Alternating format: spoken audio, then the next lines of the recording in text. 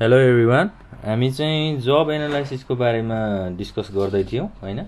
र जब एनालाइसिसको बारेमा चाहिँ हामीले अब के कुराहरू डिस्कस गऱ्यौँ त जब एनालाइसिस गर्ने प्रोसेसको बारेमा डिस्कस गऱ्यौँ हैन। त्यसै गरी जब एनालाइसिस गर्ने पर्पजहरू के हो र यसका इम्पोर्टेन्सको बारेमा चाहिँ हामीले योभन्दा अघिल्लो क्लासमा डिस्कस गरेका थियौँ। अब हामीले इन्फर्मेसनहरूलाई कसरी कलेक्ट गर्न सकिन्छ, जब एनालाइसिस गर्दाखेरि इन्फर्मेसनहरूलाई कस्तो मेथडबाट अथवा कस्तो तरिकाबाट चाहिँ इन्फर्मेसनहरू कलेक्ट गर्न सकिन्छ त्यो कुराहरू आज डिस्कस गर्छौँ। अब एउटा अर्गनाइजेसनमा अथवा कुनै पनि संस्थामा अब इम्प्लोइजहरूको हाम्रो इन्फर्मेसनहरू कलेक्ट गर्दाखेरि चाहिँ धेरै मेथडहरू हुन्छ।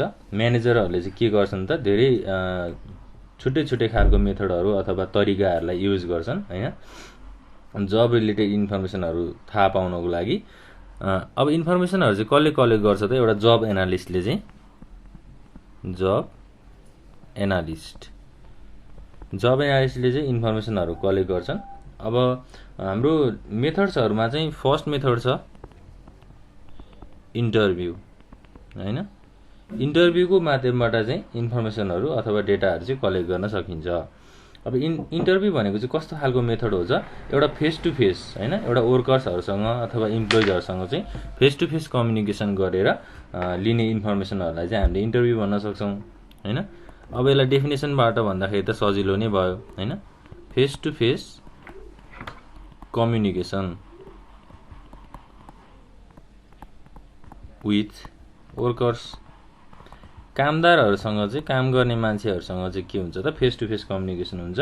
र अब इन्टरभ्यूले चाहिँ हामीलाई कस्तो खालको इन्फर्मेसन दिन्छ त एउटा एक्चुअल इन्फर्मेसन अथवा एउटा एक्चुअल अब्जर्भेसनको कुराहरू चाहिँ हुन्छ। अब इन्टरभ्यूको पनि इन्टरभ्यूलाई हामीले डाइरेक्ट इन्टरेक्सन पनि भन्न सक्छौँ हैन। अब इन्डिभिजुअल ग्रुपसँग चाहिँ के हुन्छ त डाइरेक्ट कन्ट्याक्टहरू हुन्छ, डाइरेक्ट इन्टरेक्सन हुन्छ। र अब इन्टरभ्यूको पनि टाइप्सहरू छ हैन। इन्टरभ्यू पनि कस्तो खालको इन्टरभ्यू लिने भन्ने कुराहरू हुनसक्छ। अब फर्स्टमा त आउँछ ए नम्बरमा एउटा छ इन्डिभिजुअल इन्टरभ्यू। अब इन्डिभिजुअल इन्टरभ्यू भनेको के हो त कुनै पनि एउटा वर्कर हैन, एकजना इम्प्लोइ अथवा एकजना वर्करसँग लिने इन्टरभ्यूलाई चाहिँ हामीले इन्डिभिजुअल इन्टरभ्यू भन्छौँ। जस्तै अब इन्डिभिजुअल इन्टरभ्यूबाट चाहिँ कस्तो खालको रिजल्ट आउँछ त एउटा सिङ्गल जब एनालाइसिस भनेको एउटा कामको एनालाइसिस अथवा एउटा जबको चाहिँ इभ्यालुएसन गर्न सकिन्छ, त्यसको एनालाइसिस चाहिँ गर्न सकिन्छ। तर अब इन्डिभिजुअल इन्टरभ्यूमा चाहिँ के हुन्छ त यो चाहिँ एउटा टाइम कन्ज्युमिङ प्रोसेस हो हैन। यसलाई चाहिँ धेरै समय लाग्न सक्छ इन्टरभ्यूहरू गर्नको लागि अथवा इन्फर्मेसनहरू ग्यादर गर्नको लागि। एउटा त इन्डिभिजुअल इन्टरभ्यू भयो। त्यसै गरी बी नम्बरमा के छ त हाम्रो ग्रुप इन्टरभ्यू हैन। ग्रुप इन्टरभ्यूमा चाहिँ के हुन्छ त अब ग्रुप अफ इम्प्लोइज चाहिँ जसको चाहिँ एउटा सेम जब छ हैन, group of employees who have the same job भनेको एउटै काम गर्ने एउटा इम्प्लोइजहरूको ग्रुपलाई चाहिँ इन्टरभ्यू गरिन्छ अथवा इन्फर्मेसनहरू चाहिँ हामीले ग्यादर गर्छौँ भने त्यस्तो खालको प्रोसेसलाई ग्रुप इन्टरभ्यू भनिन्छ। अब जस्तै हामीले अर्गनाइजेसनहरूमा अथवा कुनै पनि एउटा बिजनेस संस्थामा चाहिँ के हुन्छ त त्यहाँ चाहिँ धेरै खालको इम्प्लोइजहरूसँग चाहिँ अब वार्ता गरिन्छ हैन, कम्युनिकेसनहरू गरिन्छ र अब कसरी काम भइरहेको छ भनेर एउटा इन्फर्मेसनहरू ग्यादर गरिन्छ नि हैन। हो त्यो चाहिँ एउटा ग्रुप इन्टरभ्यूको कुराहरू भयो। ग्रुप इन्टरभ्यू गर्दाखेरि चाहिँ हामीलाई इन्फर्मेसनहरू राम्रोसँग ग्यादर गर्न सकिन्छ, किनभने एउटा इम्प्लोइले भन्न नसकेको इन्फर्मेसन अर्को इम्प्लोइले भनिदिन्छ हैन। एउटा एक्युरेसी चाहिँ इन्क्रिज हुन्छ, इन्फर्मेसनमा चाहिँ एक्युरेसीहरू आउँछ, एक्चुअल इन्फर्मेसनहरू चाहिँ हामीले लिन सक्छौँ। त्यसै गरी अर्को सुपरभाइजर इन्टरभ्यू। अब सुपरभाइजर इन्टरभ्यू भनेको चाहिँ के हो त one or more supervisors who are near the job and interview to know about the reality of jobs भनेको सुपरभाइजरहरूसँग चाहिँ के गर्ने त इन्टरभ्यू लिने र जब्सको रियालिटी हैन, कामहरू कसरी भइरहेको छ, रियल लाइफमा चाहिँ कस्तो खालको इन्फर्मेसनहरू ग्यादर गर्न सकिन्छ भन्ने कुराहरू चाहिँ सुपरभाइजर इन्टरभ्यूबाट लिन सकिन्छ। यो कुराहरू चाहिँ हाम्रो तीनटा इन्टरभ्यूको तीनटा टाइप्सको कुराहरू भयो हैन। अब इन्टरभ्यू पछि अर्को माध्यम चाहिँ के छ त अथवा अर्को मेथड चाहिँ के छ त 2 नम्बरमा अब्जर्भेसन। अब अब्जर्भेसन अब हाम्रो माथि एडभान्टेज र डिसएडभान्टेजको कुरा पनि छ, त्यो पनि गरौँ। इन्टरभ्यूको चाहिँ अब एडभान्टेज डिसएडभान्टेज भनेको फाइदा र बेफाइदाहरू के कस्ता छन् त्यो पनि हेरौँ न त। एडभान्टेजमा चाहिँ जस्तै नम्बर 1 मा छ flexible information and data can be obtained भनेको फ्लेक्सिबल र हाम्रो फ्लेक्सिबल भनेको अब सजिलोसँग चाहिँ इन्फर्मेसन र डाटाहरू चाहिँ अब्टेन गर्न सकिन्छ भनेर भनेको छ। त्यसै गरी सेकेन्ड नम्बरमा के छ त फ्यासिलिटेट्स टु वे कम्युनिकेसन भनेको के हो त फेस टु फेस कम्युनिकेसन भनेका थियौँ नि हामीले हैन। फेस टु फेस कम्युनिकेसन हुँदा के हुन्छ त एक अर्का बीच चाहिँ कुराहरू शेयर हुन्छ भनेको there is two way communication भनेर भनेको छ। त्यसै गरी अब थर्ड नम्बरमा interviewers are provided with suggestions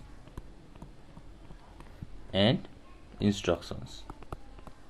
अब इन्टरभ्युअर्सहरूलाई चाहिँ के गरिन्छ त अब चाहियो भने हैन इफ निडेड दे अब सजेसन्सहरू चाहिँ प्रोभाइड गरिन्छ, इन्स्ट्रक्सनहरू दिइन्छ, कामहरू कसरी गर्न सकिन्छ हैन अथवा इन्टरभ्यूहरू कसरी लिन सकिन्छ त्यो कुराहरूको चाहिँ सजेसन र इन्स्ट्रक्सनहरू पनि प्रोभाइड गरिन्छ। यो चाहिँ एउटा एडभान्टेज अथवा फाइदाको कुराहरू भयो। त्यसै गरी डिसएडभान्टेजमा जाँदाखेरि के हुन सक्छ त बेफाइदामा चाहिँ अब एउटा त हुन्छ यो टाइम कन्ज्युमिङ प्रोसेस हो हैन, it is time consuming process.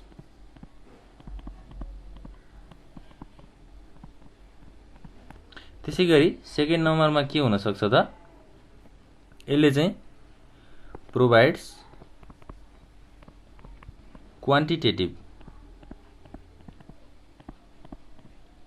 Information only.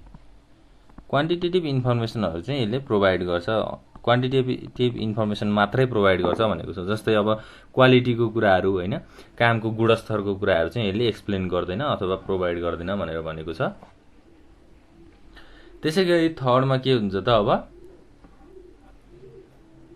मिसअन्डरस्ट्यान्डिङको प्रब्लमहरू पनि आउन सक्छ इन्टरभ्यू लिने र इन्टरभ्यू दिने भनेको। अब इम्प्लोइजहरू अथवा वर्कर्सहरू र अब इन्टरभ्यू लिने हाम्रो म्यानेजरहरू हुन सक्छन् हैन, जब एनालिस्टहरू हुन सक्छन्, उनीहरूको बीच चाहिँ के आउन सक्छ त एउटा मिसअन्डरस्ट्यान्डिङ भनेको कन्फ्युजनहरू चाहिँ आउन सक्छ भनेर हाम्रो बेफाइदाहरूमा चाहिँ एक्सप्लेन गरिएको छ। यो चाहिँ इन्टरभ्यूको एडभान्टेज र डिसएडभान्टेजको कुराहरू भयो। अब त्यसै गरी हामी जान्छौँ 2 नम्बरमा अब्जर्भेसनमा। अब अब्जर्भेसन भनेको चाहिँ के हो त एउटा अब्जर्भ गर्ने अथवा एउटा method of data collection concern with the direct contact भनेको डाइरेक्ट कन्ट्याक्ट र अब्जर्भेसन गर्ने एक्चुअल वर्क प्लेस काम गर्ने ठाउँमा हैन। एक्चुअल वर्क प्लेस भनेको काम गरिरहेको ठाउँमा वर्कर्सहरूले काम गरिरहेको ठाउँमा चाहिँ के हुन्छ त जब हैन जबहरू पर्फर्म गरिएको ठाउँमा डाइरेक्ट कन्ट्याक्ट गरेर एउटा डेटा कलेक्सन गर्ने मेथडलाई हामीले अब्जर्भेसन भन्छौँ हैन। अब जब एनालिस्टले चाहिँ के गर्छ त एउटा जब एनालिस्टले एक्चुअली अब्जर्भ्स इम्प्लोइज डुइङ अ जब भनेको काम गरिरहेको इम्प्लोइजहरूको चाहिँ के गर्ने त इन्फर्मेसनहरू कलेक्ट गर्ने। जस्तै संस्थामा के भइरहेको छ त अब इम्प्लोइजहरू त काम गरिरहेको हुन्छन्, उनीहरूको ड्युटिज रेस्पोन्सिबिलिटीहरू हुन्छ हैन। अब कुनै पोजिसनमा बसेर उनीहरूले काम गरिरहेको छन् भने त्यही काम गरेको रियल लाइफ सिचुएसनमा अथवा रियल लाइफमा एउटा सिनारियो क्रिएट गरेर इन्फर्मेसनहरू अब्जर्भ गरिन्छ अथवा कलेक्ट गरिन्छ भने त्यसलाई हामीले अब्जर्भेसन भन्छौँ।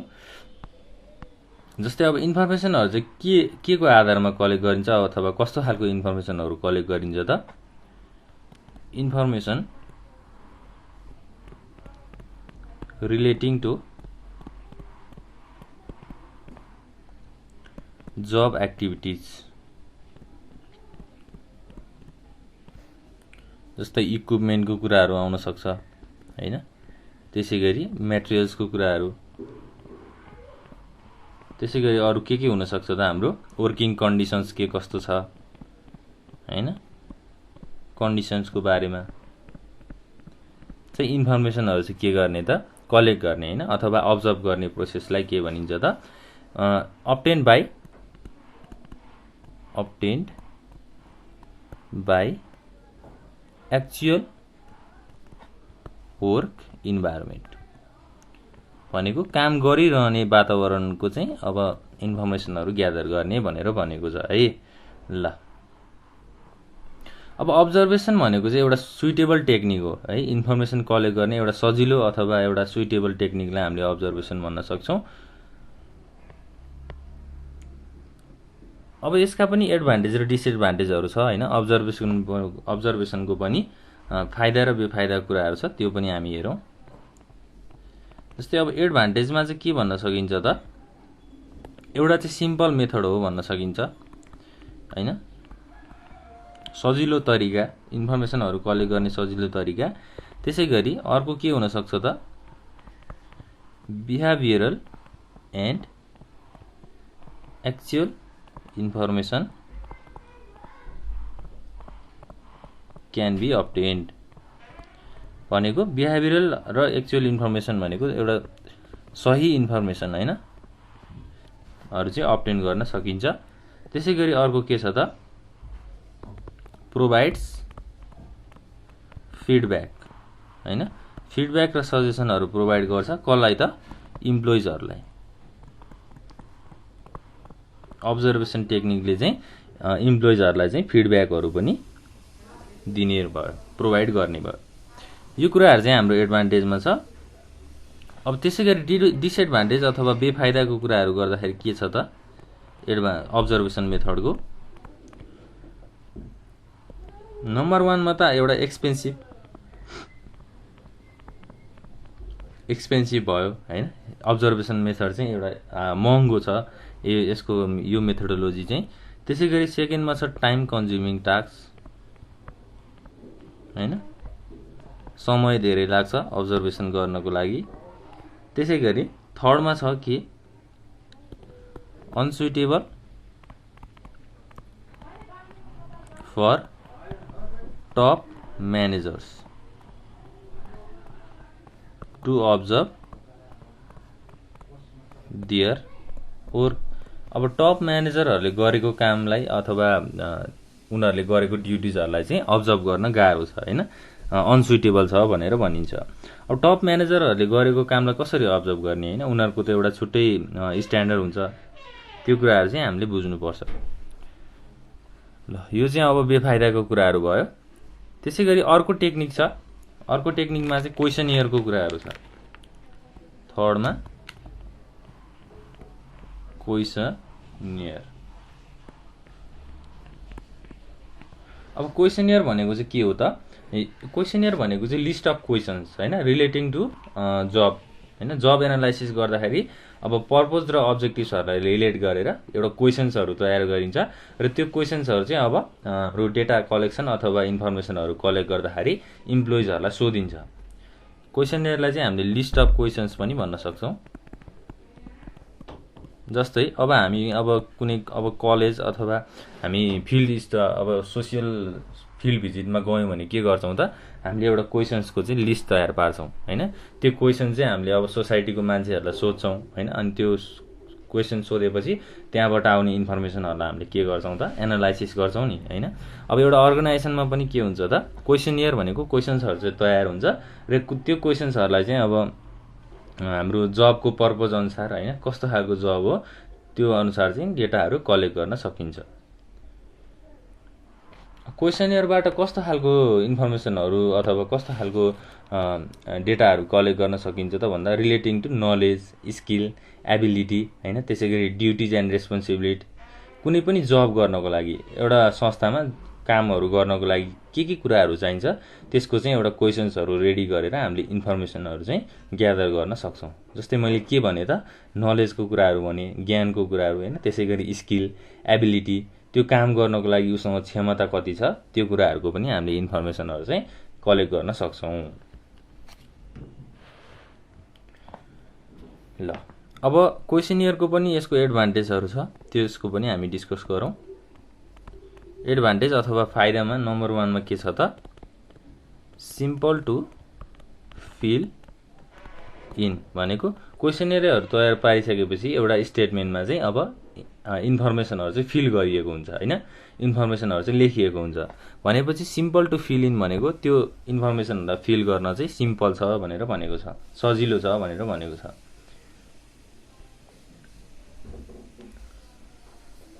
अब इट इज इकोनोमिकल हैन भनेको क्वेसनरियरहरु चाहिँ अब धेरै महँगो छैन हैन धेरै कस्ट धेरै खर्च लाग्दैन क्वेसनरियरहरु बनाउन अब कोही खर्च चाहिँ कति बेला लाग्छ त जब कम्प्युटराइज क्वेसनरियरहरु तयार पारिन्छ हैन कम्प्युटरबाट चाहिँ क्वेसनहरु टाइप गरिन्छ त्यस्तो बेलामा चाहिँ खर्चहरु धेरै लाग्छ नत्र अब यो चाहिँ एउटा इकोनोमिकल भनेको जस्तै कस्ट अनलेस कस्ट मोर चाहिँ छैन भनेको हैन धेरै खर्च लाग्दैन भनेर भनेको छ खर्च चाहिँ अब जब एडभान्स क्वेसनरियरहरु तयार पारिन्छ तब चाहिँ खर्च लाग्छ भनेर भनेको हो अब high chance of obtaining information from large number of employees हैन अब इन्फर्मेसनहरु चाहिँ कसरी हाई चान्स कस्तो रहेछ त धेरै इन्फर्मेसनहरु कलेक्ट गर्न सकिदो रहेछ लार्ज नम्बर अफ इम्प्लोइज हैन धेरै इम्प्लोइजहरुबाट धेरै इन्फर्मेसनहरु चाहिँ हामीले कलेक्ट गर्न सकिन्छ अथवा obtain गर्न सकिन्छ there is a high chance हैन धेरै चान्सहरु छ भनेर भनेको छ र युनिभर्सली एक्सेप्टेड भनेको यो चाहिँ जुनसुकै अर्गनाइजेसन जस्तो खालको अर्गनाइजेसनले पनि के गरेको छ त एक्सेप्ट गरेको छ वर्ल्ड वाइड भनेर भनेको युनिभर्सली भनेको वर्ल्ड वाइड चाहिँ यो मेथडहरु युज भएको छ भनेर भन्न सकिन्छ एडभान्टेजको कुराहरु भयो अब डिसएडभान्टेजको कुरामा के छ त बेफाइदामा चाहिँ के छ त lack of direct contact with employees अब इम्प्लोइजहरुसँग फेस टु फेस अथवा फेस टु फेस कम्युनिकेसन हुँदैन हैन रेस्पोन्डेन्ट्स पनि भन्न सकिन्छ इम्प्लोइज मात्र नभइकन फेस टु फेस कम्युनिकेसन नभएपछि के हुन्छ त डाइरेक्ट कन्ट्याक्ट हुँदैन डाइरेक्ट कन्ट्याक्ट चाहिँ कम हुन्छ भनेर भन्यो त्यसैगरी सेकेन्डमा के छ त इम्पोसिबल टु प्रोवाइड फिडब्याक हैन फिडब्याक र सजेसनहरु प्रोवाइड गर्न चाहिँ गाह्रो छ भनेर भन्यो त्यसैगरी थर्डमा टाइम कन्ज्युमिङ एन्ड कस्टली भनेको समय धेरै लाग्छ र खर्च पनि अब कम्प्युटराइज्ड वेबाट जाने जस्तै मैले माथि कस्ट हैन इट इज इकोनोमिकल भन्दाखेरि चाहिँ कस्ट लेस हुन्छ अथवा खर्च कम लाग्छ भनेको थिए अब कस्ट मोर हुने चाहिँ केमा छ त कस्टली भनेको खर्च धेरै लाग्ने चाहिँ कस्तो समयमा हो त जब क्वेसनहरु चाहिँ एडभान्स फर्ममा तयार पारिन्छ जस्तै कम्प्युटरबाट चाहिँ प्रिन्टेड फर्ममा क्वेसनहरु तयार पारिन्छ भने त्यस्तो बेलामा मात्रै खर्च बढी लाग्छ भनेर भनेको हो है त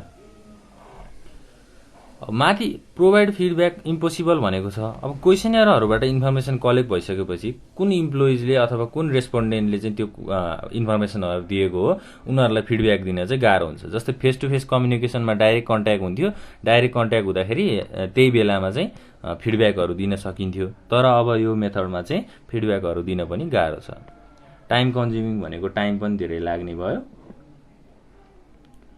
ल यो चाहिँ हाम्रो डिसएडभान्टेजको कुरा अथवा बेफाइदाको कुराहरु छ त्यसैगरी अब अरु मेथडहरु पनि छ जस्तै अब टेक्निकल कन्फरेन्स हैन टेक्निकल कन्फरेन्स भनेको अब टेक्निकल वेमा चाहिँ टेक्निकल नलेजहरु दिने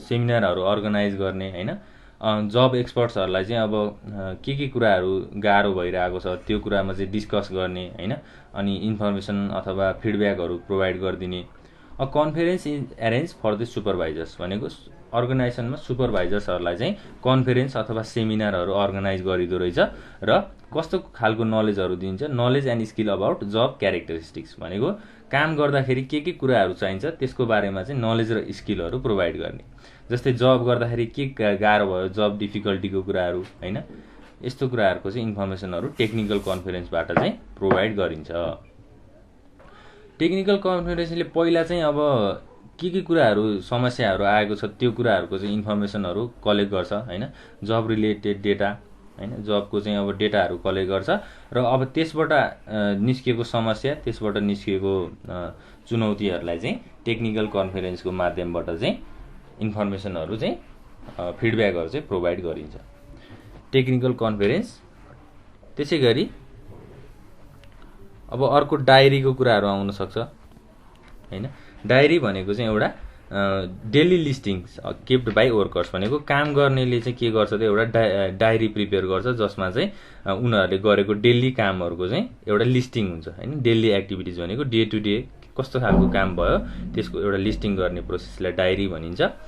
यसले चाहिँ एउटा रेकर्ड तयार गर्छ होइन, जस्तै अब कुन वर्करले कस्तो खालको काम गर्यो भनेर एउटा डायरी अथवा एउटा रेकर्डहरू चाहिँ तयार गर्न सकिन्छ। डायरीको कुराहरू भयो। त्यसै गरी जोइन्ट अप्रोचको कुराहरू छ होइन। जोइन्ट अप्रोच भनेको चाहिँ अब डिफ्रेन्ट टेक्निक्सहरू होइन, जस्तै जब एनालाइसिस गर्दाखेरि इन्फर्मेसनहरू कलेक्ट गर्ने त भइ नै हाल्यो होइन, कस्तो खालको डिफ्रेन्ट सोर्सेसबाट डिफ्रेन्ट माध्यमबाट चाहिँ इन्फर्मेसनहरू कलेक्ट गर्न सकिन्छ। जजमेन्टको कुराहरू छ होइन। एउटा जोइन्ट अप्रोचबाट पनि हामीले इन्फर्मेसनहरू चाहिँ कलेक्ट गर्न सक्छौँ।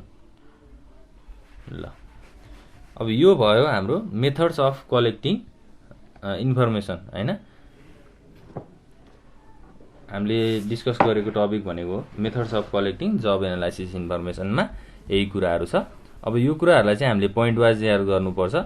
भुल्नै नहुने कुरा चाहिँ के हो त, इन्टरभ्यूको माध्यमबाट हामीले इन्फर्मेसनहरू कलेक्ट गर्न सक्छौँ।